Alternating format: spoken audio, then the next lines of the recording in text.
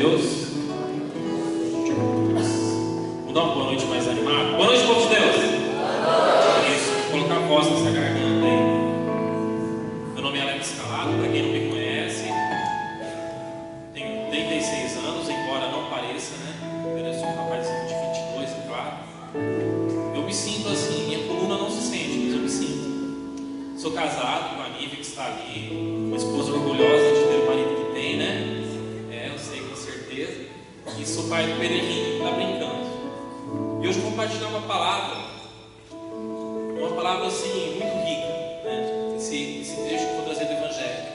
E essa pregação essa noite, é claro que ela é para todos nós, mas ela é em especial para todos aqueles que estão com o coração aflito, com o coração pesado, com um pouco de angústia no peito, carregando um pouco de tristeza.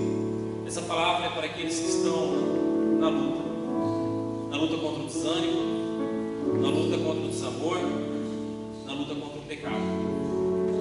E a passagem que eu quero trazer, se você trouxe sua Bíblia, é Marcos, capítulo 2, versículo 13 em diante. Marcos 2, 13 em diante. O aplicativo é bem rapidinho, pela Bíblia quem tem prática é mais rápido ainda. Podemos ler? Amém? Jesus saiu de novo para perto do mar, e toda a multidão foi ter com ele, e ele os ensinava. Quando ia passando, viu Levi, filho de Alfeu, sentado no posto de arrecadação, e disse: segue. E Levi, levantando-se, seguiu. Em seguida pôs-se à mesa na sua casa, e muitos cobradores de impostos e pecadores tomaram lugar com ele e seus discípulos. Com efeito, eram numerosos que o seguiam. Os escribas do partido dos fariseus, vendo comer com pessoas de má vida e publicanos, diziam aos seus discípulos: ele come com os publicanos e com gente de má vida. Ouvindo-os, Jesus replicou: os sãos não precisam de médico, mas os enfermos. Não vim chamar os justos, mas os pecadores. Versículo 18, vamos um pouco mais adiante. 18. Ora, os discípulos de João e os fariseus jejuavam. Por isso foram lhe perguntar: por que jejuam os discípulos de João e os dos fariseus, mas os teus discípulos não jejuam? Jesus respondeu-lhes: podem porventura jejuar os convidados das núpcias, enquanto está com eles o esposo? Enquanto tem consigo o esposo, não lhes é possível jejuar. Dias virão, porém, em que o esposo lhe será tirado, e então jejuarão. Ninguém prega retalho de pano novo em roupa velha. Do contrário, o remendo arranca um novo pedaço de veste usado e torna-se pior o rasgão. E ninguém põe vinho novo em odres velhos. Se o fizer, o vinho os arrebentará e se perderá juntamente com os odres. Mas para vinho novo, odres novos. Essas são para nós palavras da salvação. Glória a vós, Senhor. Dá um salve de palmas para essa palavra de Deus. Aleluia, obrigado.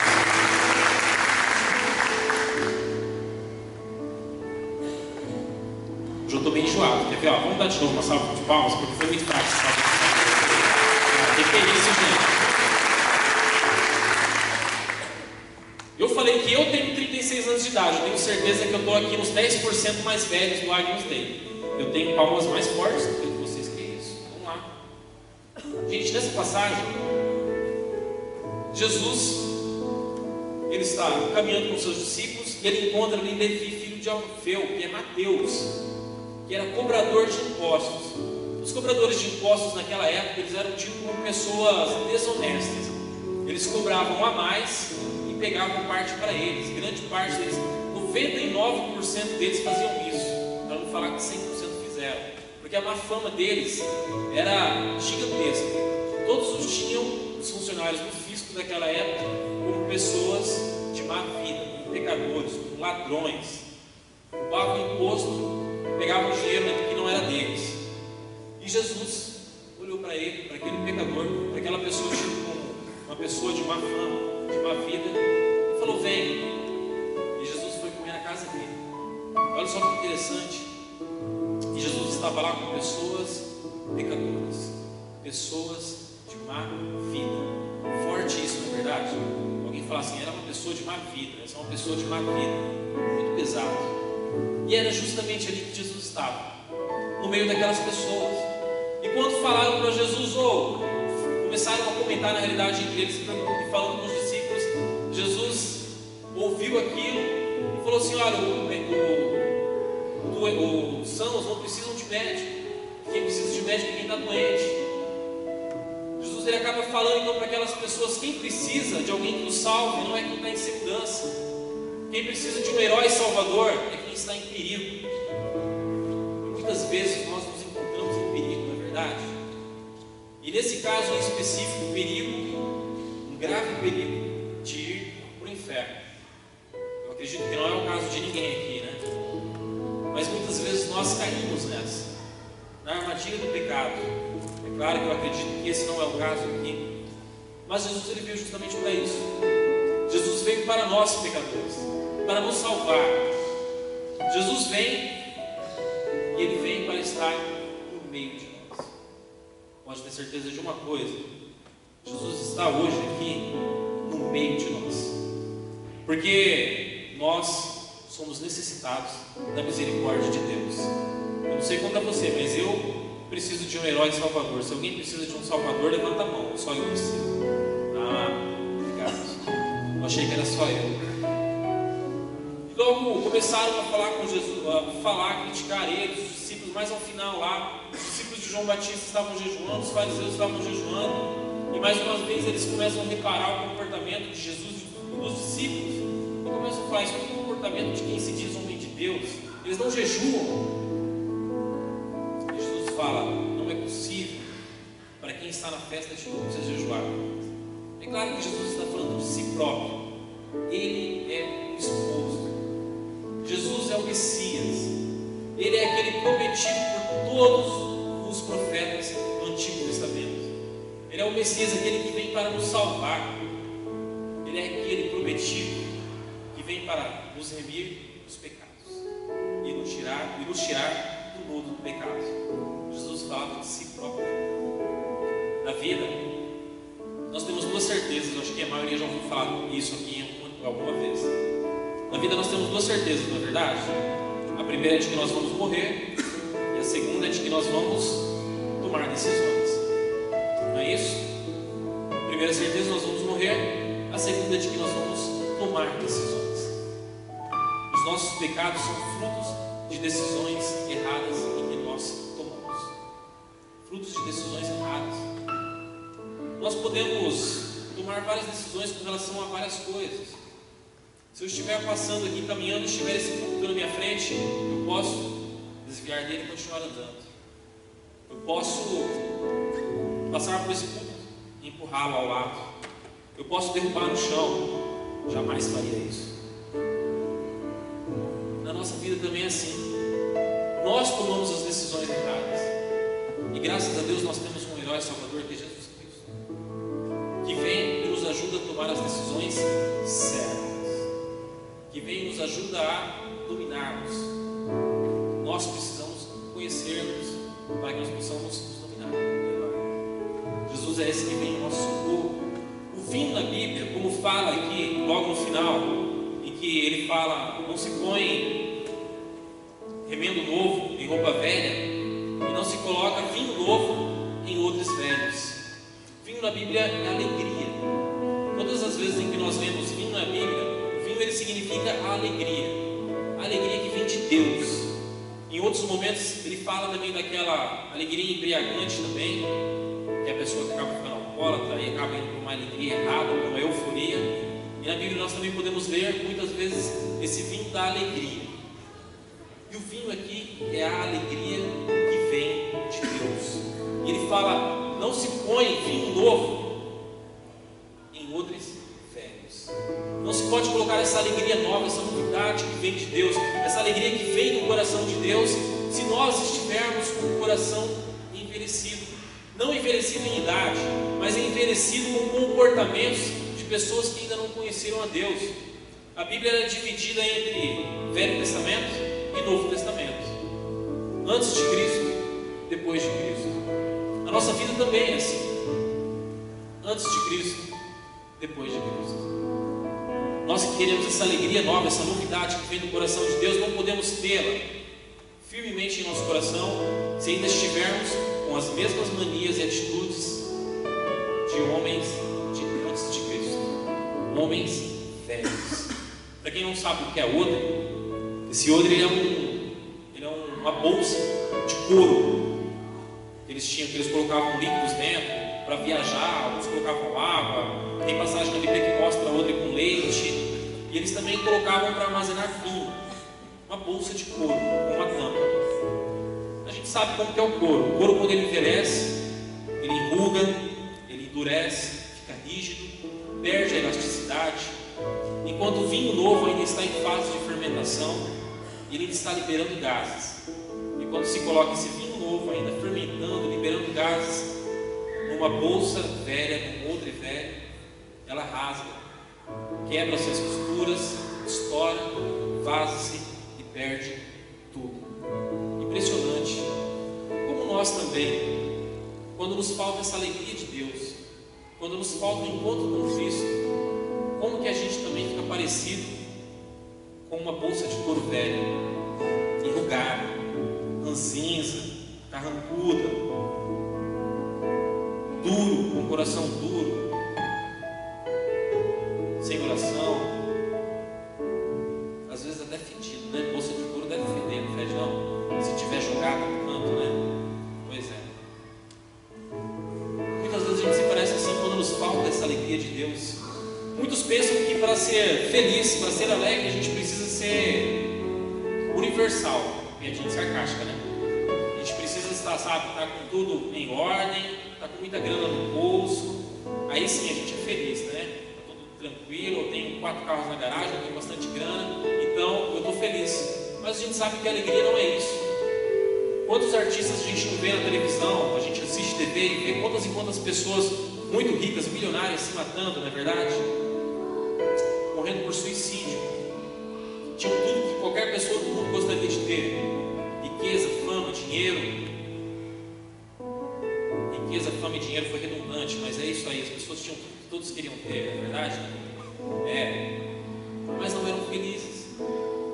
Não tinham a verdadeira alegria que vem de Deus. Somente Deus pode trazer uma alegria que é verdadeira, uma alegria que é diferente de algo chamado euforia. A euforia, meus irmãos, é uma alegria disfarçada, é uma alegria falsa, é uma alegria curta, que dura pouco tempo, é uma alegria que depende de algo ou alguém para que eu seja feliz. Se a euforia é uma felicidade que precisa de algo ou alguém para que eu seja feliz, algo ou alguém externo, a alegria, ela brota dentro do nosso coração. Por quê? Porque a alegria é dom de Deus. A alegria verdadeira é um dom de Deus. O Espírito Santo de Deus habita em mim. E se o Espírito Santo de Deus habita em mim, Ele coloca em meu coração esse dom precioso. E esse dom precioso que é essa alegria que vem de Deus, que é esse vinho novo, dilata os seus gases em meu coração e se expande para dentro de mim. Então, sou completamente feliz. Completamente feliz. Sabe, essa alegria que vem de Deus, nós podemos senti-la, experienciá-la, principalmente naqueles momentos difíceis em que a gente vive. Sabe aqueles momentos de penúria que a gente passa? Momento de perda, de doença, de desemprego. É nesses momentos que a gente experiencia se realmente nós temos a alegria que vem de Deus. E se nós estamos precisando pedir a misericórdia de Deus sobre a nossa vida para que a gente seja alegre de verdade. É nesses momentos. Porque a euforia se acaba quando vem o peso da tribulação sobre a nossa vida. A alegria não. A alegria não pode ser confundida com um semblante ou com momentos. Nos momentos de penúria, a gente pode se entristecer. E o rosto acaba demonstrando isso. Só que no nosso coração existe uma esperança de que tudo vai dar certo, uma esperança de que eu tenho um Salvador, uma esperança de que eu tenho alguém que olha por mim. Meus irmãos, o amor de Deus, Ele se dá nos mínimos detalhes em nossas vidas. A palavra de Deus nos fala que não cai um fio de cabelo da nossa cabeça sem o consentimento de Deus. Quem aqui conta quantos cabelos perde por dia? Ninguém, né? Eu tenho certeza que ninguém. Eu ouvi falar, pelo menos vi na internet, que uma pessoa normal perde algo entre 150 a 250 fios de cabelo por dia. Eu não sei se é verdade, tá? Eu vi isso na internet. Deus sabe de cada fio de cabelo que cai da nossa cabeça.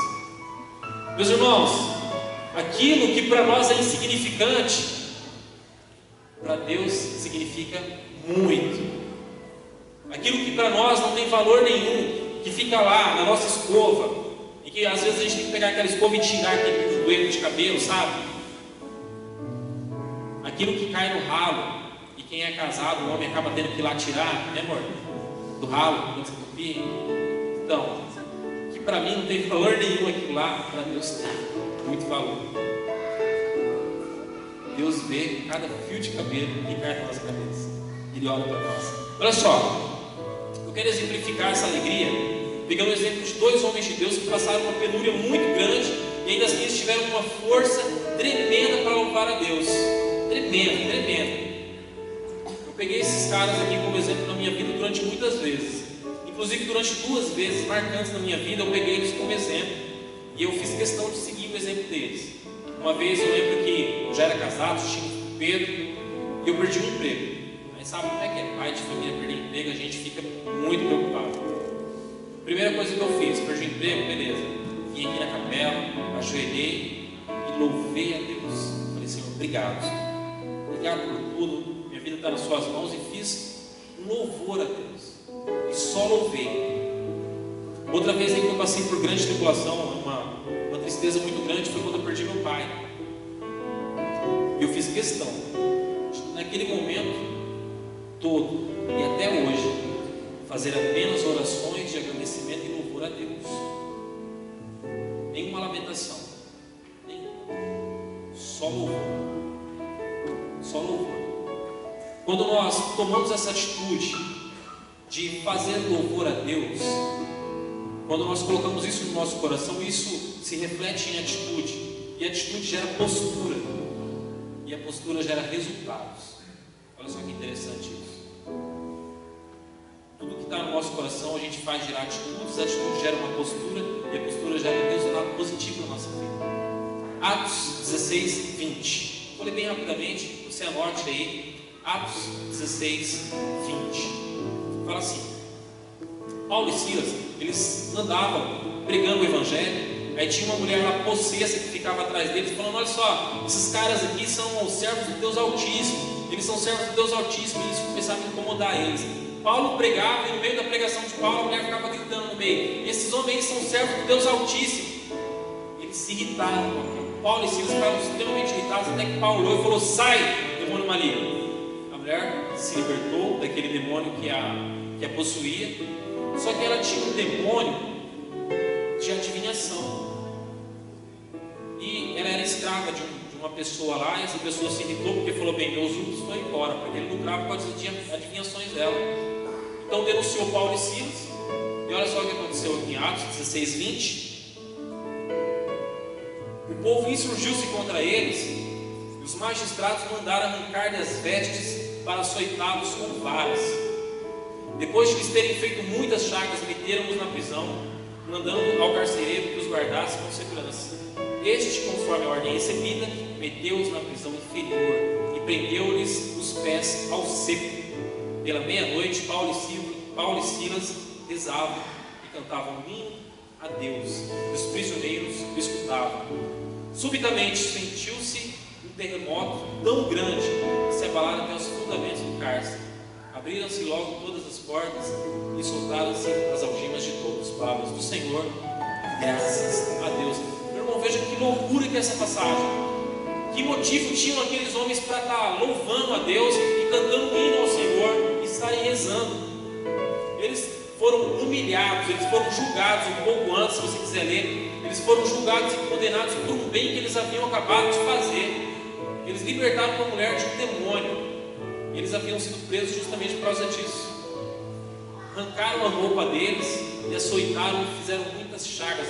Eles estavam muito machucados. Com certeza estavam sem comer, sem beber. Estavam presos. Não precisava nem ter batido. Uma pessoa que vai presa. Imagina a humilhação que não é isso. Imagina a tristeza que não é isso. Mas não só foram presos, como foram surrados, estavam machucados. E para ficar mais desconfortável ainda, eles estavam com o pé preso ao seco, uma estrutura lá. E à meia-noite, eles começaram a orar e começaram a cantar hinos a Deus. Que loucura que é isso! Que loucura que é isso! Meu irmão, minha irmã, é essa alegria que eu peço a Deus todos os dias da minha vida. Essa alegria que eu peço para que Deus me conceda, para que independente do que aconteça em minha vida, que eu possa ter forças para levantar e louvar a Deus. Esse é o vinho novo.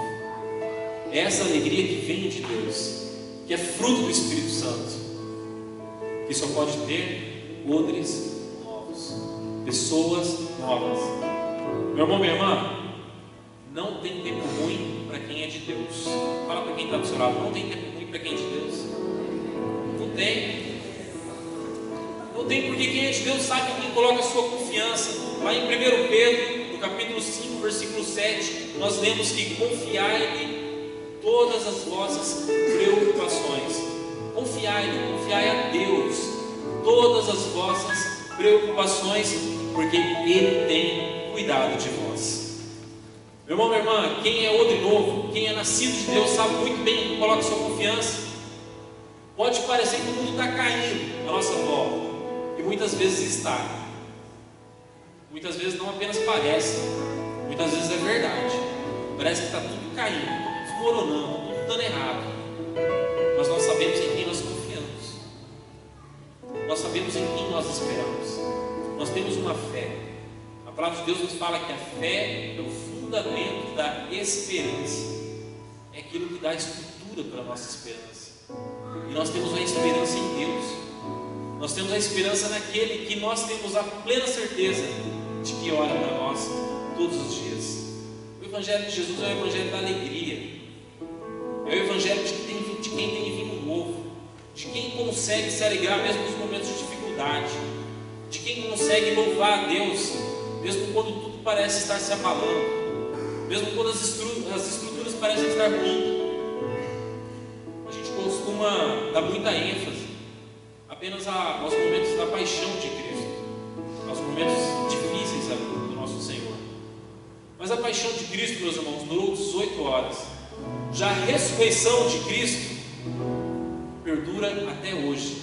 Isto ocorreu há mais de 2000 anos. O Evangelho de Cristo é o Evangelho da alegria, é o Evangelho da confiança, da esperança. É exatamente por isso que a gente não pode ser aqueles cristãos chatos. Sabe aquele cristão chato? Que cutuca todo mundo, que sempre tem razão. Não é desse jeito que a gente vai contagiar as pessoas que estão à nossa volta com a alegria que está no nosso coração. Nós temos que contagiar as pessoas. Nós temos que expandir esse entusiasmo, deixar que essa alegria de Deus, como o vinho libera os seus gases, expande o outro. A gente tem que deixar que a alegria de Deus se expanda em nós. Que isso possa também afetar as pessoas que estão à nossa volta de uma forma positiva, que possa contagiar os demais, que todos possam olhar e ver, é verdade, tem algo diferente ali. É assim. Hoje nós somos chamados a sermos novos. Hoje nós somos chamados a ser esse odre novo para receber vinho novo. Hoje nós somos convidados a abrir o nosso coração, a dilatar o nosso peito e deixar que o Espírito Santo de Deus tome livre acesso em nós. Vamos deixar que o Espírito Santo de Deus tome livre curso em nosso coração, para que Ele possa implantar em nós essa alegria. Nós também somos chamados hoje a perseverar na graça de Deus. Nessa mesma passagem do vinho novo que nós lemos aqui no Evangelho de Marcos, se nós lermos ela lá no Evangelho de Lucas, no último versículo fala assim, que quem tomou do vinho velho já não tem pressa em tomar o vinho novo, porque fala o vinho velho é melhor.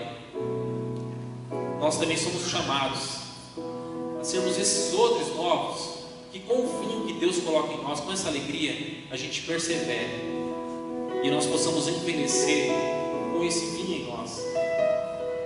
Porque quanto mais o tempo passa, eu sou testemunha disso, fica mais gostoso. Quanto mais o tempo passa, fica mais gostoso servir a Deus. Quanto mais o tempo passa, fica melhor. A gente fica mais equilibrado, a gente vai tendo mais sabedoria, a gente vai tendo mais discernimento. Não trata-se de sentimentos, não é apenas sentimento, é uma atitude, é uma convicção. Eu tomo posse dessa alegria que vem de Deus.